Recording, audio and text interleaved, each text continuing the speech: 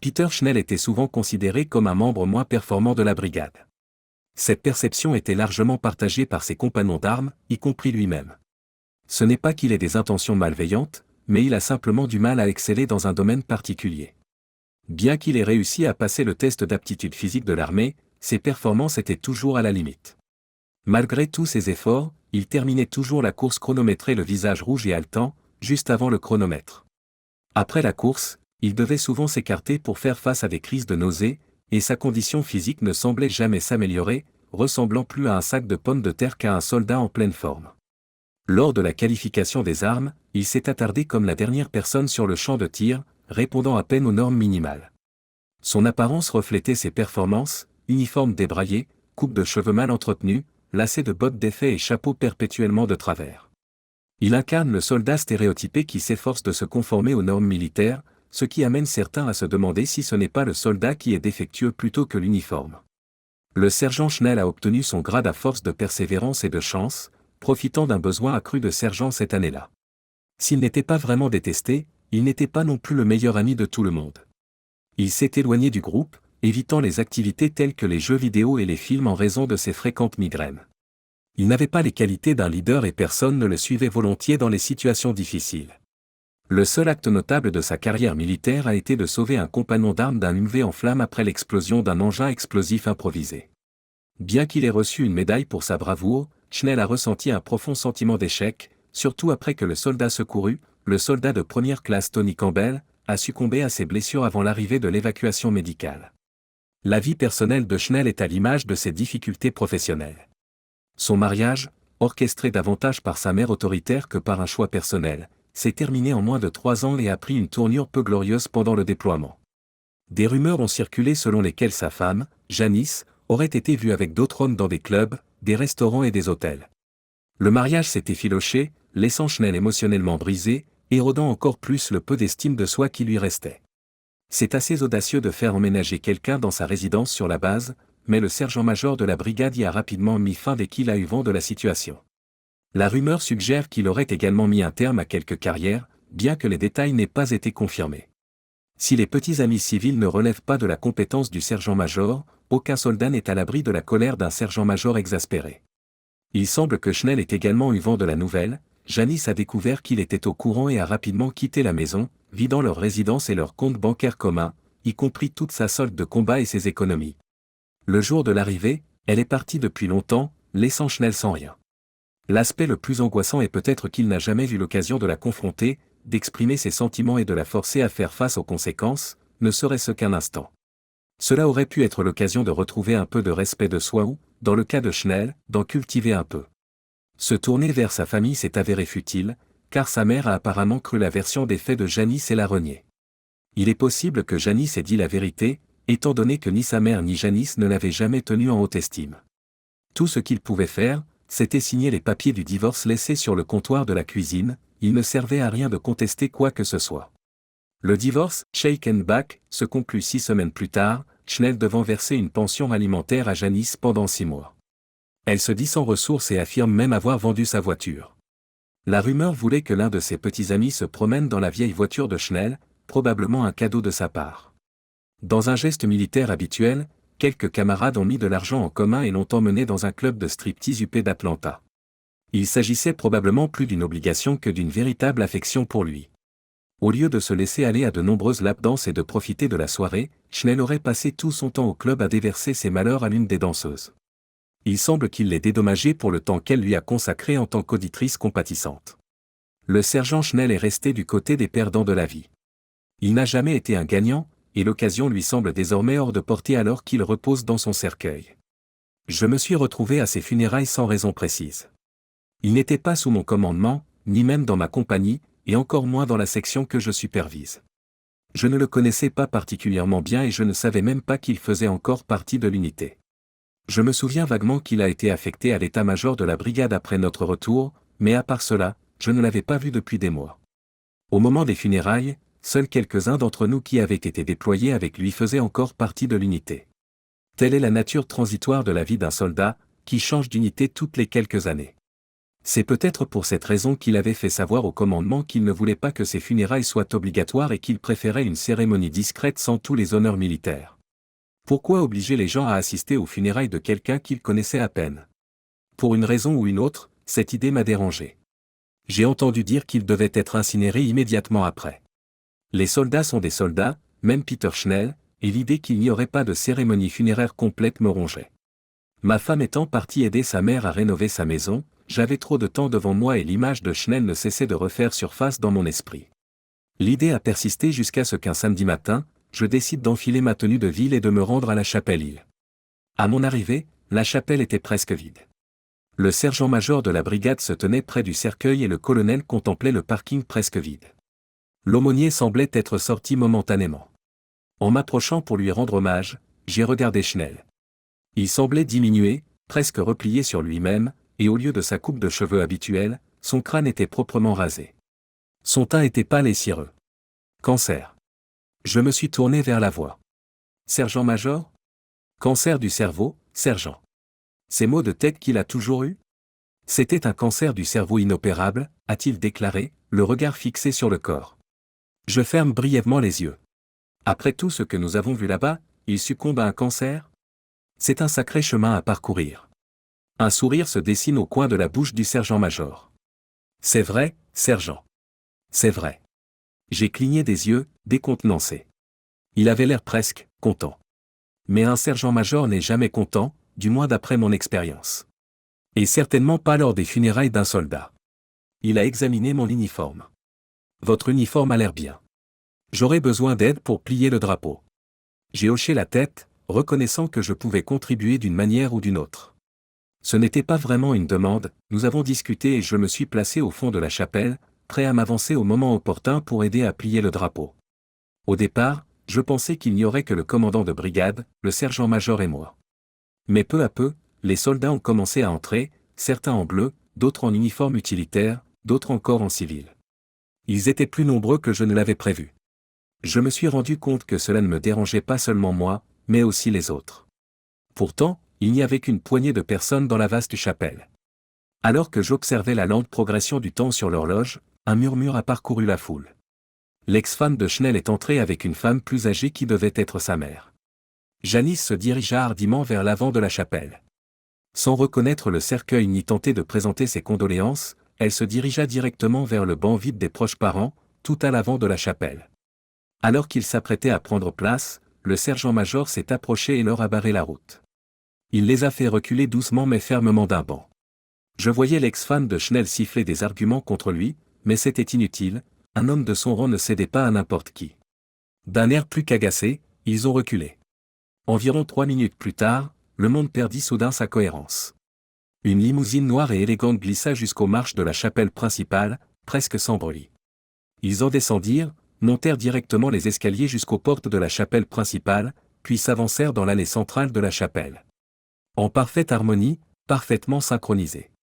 C'était surréaliste, cela ressemblait plus à une scène de film qu'à un événement réel.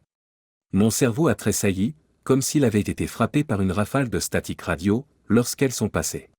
Un ensemble impeccable des femmes les plus éblouissantes que j'ai jamais vues. Elles n'étaient pas du genre, filles d'intérieur, ni même du genre, elles devraient faire du cinéma. Elles étaient incroyablement parfaites et possédaient une allure intouchable. Elles étaient parfaites, raffinées et gracieuses. Elles formaient un ensemble assorti d'une manière inhabituelle, bien qu'elles soient totalement différentes. Une rousse ardente aux yeux d'un vert éclatant, partiellement dissimulée par un demi-voile noir. Une blonde platine glaciale aux yeux bleu pâle et à la peau claire, un voile légèrement incliné couvrant son front. Une asiatique, probablement coréenne à en juger par son apparence, avec le même voile partiel incliné, et une noire à la peau sombre, aux yeux marron clairs et aux pommettes hautes, portant le même voile partiel incliné. Elles étaient vêtues de robes identiques, moulantes, en soie noire, ridiculement courtes, avec le dos coupé aussi bas que le permettait le règlement. Des gants de soie noire ornaient leurs mains et elles portaient des talons aiguilles de 15 cm qu'aucune femme que j'ai rencontrée n'oserait essayer de porter. Pourtant, elles ont marché, dans une synchronisation parfaite, descendant l'allée avec une grâce et une élégance absolue. Je dois avouer que j'ai été momentanément distraite, une pensée inepte du genre « on ne voit pas ça tous les jours » me traversant l'esprit avant d'être remplacée par l'appréciation de ce spectacle étonnant. Ils se sont approchés du cercueil, s'alignant parfaitement le long de celui-ci, la tête baissée, les mains se tendant lentement l'une vers l'autre jusqu'à ce qu'ils soient main dans la main. Après une pause significative, ils se sont détachés sans mot dire du sergent Schnell et se sont dirigés vers le premier banc. Le sergent-major s'est avancé dans leur direction et je me suis préparé. Il prenait les funérailles très au sérieux, et malgré les robes de soie noire, le peu qu'il y en avait, elles semblaient plus adaptées à un défilé ou à une escorte qu'à une chapelle. S'arrêtant devant la rousse au bout du banc, à mon grand et complet choc, il la salua respectueusement et lui fit signe très formellement de prendre place dans le premier banc. Chacune des femmes s'est arrêtée brièvement devant lui, suffisamment longtemps pour qu'il s'adresse à elle avec des mots audibles dans la chapelle soudainement étouffée. Je vous présente mes condoléances. Les funérailles militaires sont généralement solennelles et silencieuses, mais celle de Peter Schnell était presque étrangement silencieuse. On aurait dit que tout le monde dans la chapelle retenait son souffle, de peur que le moindre son ne brise le sort qui avait été jeté. L'aumônier a parlé, le commandant de la brigade a prononcé un bref éloge funèbre qui a ostensiblement omis toute mention de la famille de Schnell, se concentrant plutôt sur l'espoir de Schnell que chacun tire le meilleur parti de sa vie. J'attendais une explication, n'importe laquelle, pour les 4 femmes aux têtes baissées, se tenant par la main dans le premier banc, mais aucune ne vint. Trop tôt, les notes mélancoliques de « tape » ont résonné dans les haut-parleurs, et je me suis retrouvé à aider à plier le drapeau, à reculer pour voir le sergent-major transmettre le drapeau plié au commandant de la brigade. La mère de Schnell s'est à moitié levée, mais elle est retombée lentement sous le choc en voyant le sergent-major s'approcher de la rousse et lui présenter le drapeau. Les 4 femmes sont restées parfaitement immobiles, gardant un silence et une immobilité presque inquiétants tout au long de la cérémonie. Cependant, les larmes étaient visibles, coulant régulièrement et sans honte le long de leur visage. À la fin des funérailles, le quatuor se leva à l'unisson et sortit, la blonde en tête. La rousse suivit, escortée d'une tête inclinée, tenant le drapeau, flanquée des 2 autres femmes. Un instant, alors qu'elle passait devant l'ex-femme de Schnell, a attiré mon attention. Pendant une brève seconde, je suis certain d'avoir décelé quelque chose dans les yeux de la rousse, qui se sont tournés vers l'ex-femme. C'était de la haine. Une haine incontrôlée, venimeuse et absolue. Puis, aussi vite qu'il était apparu, il s'est évanoui lorsqu'elle s'est concentrée devant elle et qu'ils ont franchi les portes de la chapelle pour se rendre dans la limousine qui les attendait. Sa mère et son ex-femme les suivaient du regard, la mâchoire desserrée.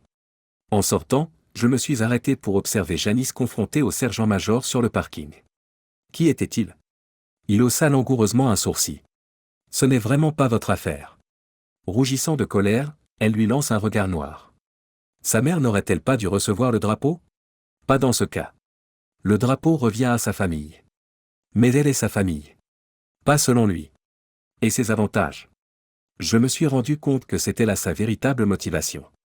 Les soldats ont souvent une assurance vie importante, pour des raisons évidentes, et la plupart d'entre eux la versent, en vertu de la loi, ce qui signifie qu'elle va à l'épouse ou aux enfants. Si un soldat n'a ni l'un ni l'autre, c'est généralement la mère qui en bénéficie. Le sergent-major soupire de fatigue et jette un coup d'œil à sa montre. 33 minutes. Je me demandais combien de temps il vous faudrait pour en arriver à la véritable raison de votre venue. Elle le regarda fixement, essayant de dire quelque chose, mais il lui coupa la parole. Tu n'as pas à t'inquiéter de cela non plus. Ce n'est pas ton problème. Ni celui de sa mère. Il baissa la voix pour éviter qu'elle ne traverse le parking. Passez une bonne journée. Il se glissa dans sa voiture, démarra le moteur et s'éloigna sans même jeter un coup d'œil dans sa direction. Et c'est ainsi que l'affaire semble réglée. Ce n'était certainement pas la fin de l'histoire. J'ai entendu dire que Janice avait persisté, se présentant à plusieurs reprises avec un avocat à ses côtés. Après de nombreuses réunions marquées par des échanges houleux, elle a fini par partir, vaincue. Au-delà, les rumeurs ont cessé. L'état-major de la brigade a toujours été un centre de rumeurs, mais si quelqu'un avait des informations internes, il les gardait précieusement. J'ai tout perdu de vue lorsque j'ai été promu sergent-chef et que j'ai été muté dans une autre base. Cependant, de temps à autre, des souvenirs des funérailles refaisaient surface, me laissant perplexe et désorienté. Plus d'1 an plus tard, j'ai reçu une invitation à la cérémonie de départ à la retraite du sergent-major. La base où il était stationné n'étant qu'à une journée de route, j'ai décidé d'y assister. Après la cérémonie officielle, tout le monde s'est rassemblé pour la réception, essentiellement un grand pique-nique barbecue. J'ai erré pendant un moment jusqu'à ce qu'il me fasse signe. Asseyez-vous, sergent-chef. Sergent-major. Je suppose que vous en avez entendu parler. Je vous ai moi-même recommandé pour ce poste. Vous l'avez mérité. Merci. Je me suis installé avec ma bière et nous avons discuté des progrès des nouveaux soldats de ma compagnie. Mais le silence s'est installé et j'ai remarqué qu'il m'observait. Il a levé sa bière. Il a levé sa bière et m'a dit, « Allez-y. » Demande. J'ai d'abord envisagé de nier, mais je me suis rendu compte que cela ne servait à rien. Alors, de quoi s'agit-il? Un sombre froncement de sourcils s'est progressivement dessiné sur son visage. Schnell était foutu, et il le savait. Peu après votre retour de déploiement, il a consulté un médecin pour ses maux de tête. Cette fois, le médecin a vraiment regardé et a trouvé la tumeur. Personne ne pouvait rien faire d'autre que de l'aider à gérer la douleur. Ils lui ont donné un peu plus d'1 an et demi au maximum. Nous l'avons réaffecté au quartier général de la brigade pour qu'il puisse se concentrer sur la gestion de ses affaires. On s'est dit qu'on pourrait le transférer à l'infirmerie quand ça s'aggraverait. C'est terrible, j'ai secoué la tête. Il a toujours eu la poisse. Il a hoché lentement la tête. Les conseillers ont essayé de lui parler, mais tu sais comment ça se passe. Je soupire. Il se contente de faire semblant. Oui, alors finalement, un des conseillers lui a dit qu'il devait parler à quelqu'un, n'importe qui. Il n'arrivait pas à trouver quelqu'un dont il pensait qu'il s'intéresserait à lui. Certainement pas son ex ou sa mère. Un léger sourire se dessine sur son visage. Puis il s'est souvenu de quelqu'un qui l'avait écouté. Vous vous souvenez quand Michael et Diaz l'ont emmené à Atlanta? Oui, mais il n'avait pas l'air de s'être amusé. Non, probablement pas de la manière dont tout le monde s'y attendait. Mais une des filles l'a fait s'asseoir et l'a laissé lui raconter comment sa femme l'avait trompé et quitté. Il lui a raconté comment sa vie avait été gâchée. Je l'ai regardé, un soupçon se formant. Vraiment? Vraiment. Une rousse nommée Amber. Il est retourné au club, l'a retrouvée et s'est assis avec elle. Tout est sorti, tout est sorti. Le cancer, la solitude, tout. Il lui a dit qu'il aurait aimé avoir le courage d'en finir avec tout ça. Il s'est penché en arrière, tirant sur sa bière. Je ne sais pas lequel d'entre eux a eu l'idée. Ça n'a pas d'importance, mais ils ont passé un accord. Il l'épouserait, ferait d'elle la bénéficiaire de ses polices d'assurance militaire et civile, et elle ferait en sorte que le temps qu'il lui reste vaille la peine d'être vécu. Je me suis esclaffé. On dirait qu'elle aurait pu le faire. Elle l'a fait, c'est sûr. Il avait un peu plus d'1 million d'euros d'assurance au total. On peut faire beaucoup de choses avec $1 million en jeu. Elle a demandé à 3 de ses amis de l'accompagner. Les 3 autres filles qui étaient à l'enterrement. Tasha, Lynn et Sienna. Professionnelles. Oui, des danseuses et des escortes haut de gamme, comme Amber. Il a sorti son téléphone et l'a posé sur la table. Mais elles l'ont vraiment fait. Il n'était jamais seul, une ou plusieurs d'entre elles étaient avec lui tout le temps. En général, elles étaient 3. Amber a demandé à Sienna, la blonde, de tenir un planning pour s'en assurer. Le sergent-major secoue la tête. Elle avait verrouillé cette merde, elle aurait été un sacré bon officier des opérations. Il a tapoté sur son téléphone un instant et l'a fait glisser pour que je puisse le voir pendant qu'il faisait défiler des photos. Une photo de mariage de Peter Schnell en smoking avec sa nouvelle femme dans une robe de mariée qui semblait provenir de Frederick S. of Hollywood. C'est apparemment de là que venaient aussi les 3 robes des demoiselles d'honneur. Les sourires avaient l'air sincères. J'étais presque sûr que le sien l'était. Il y avait des photos de lui et de sa nouvelle épouse à Canquin pendant leur lune de miel. Mais il n'était pas seul, les 3 demoiselles d'honneur étaient avec eux. Les femmes portaient des maillots de bain qui semblaient faits de vœux pieux et de ficelles, mais pas beaucoup. Elles ont passé la dernière année à faire tout ce qu'elles pouvaient imaginer. Ils parcourent les photos. Ils étaient au restaurant, à des matchs de baseball, à la plage, en randonnée et en camping. Sur la plupart des photos, les femmes portaient juste ce qu'il faut pour ne pas se faire arrêter. Sur les photos de camping, les femmes portaient des chemises en flanelle et des bottes juste assez longues et, je l'espère, une bonne quantité de dites. On dirait qu'il en a eu pour son argent. On dirait bien. Je pense que Tasha, Lynn et Sienna ont obtenu plus que ce qu'elles voulaient. Je ne sais pas ce qu'elles en pensaient au début, mais à la fin, quand il était à l'hôpital, elles étaient toutes impliquées.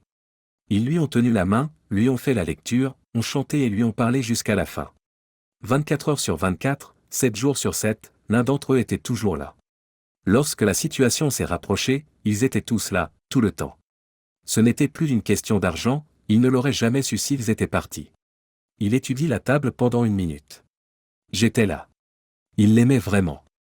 J'ai regardé les photos de plus près, réussissant à ignorer la quantité remarquable de peau nue. L'un touchant sa main et posant sa tête contre lui, assise près d'un feu de camp.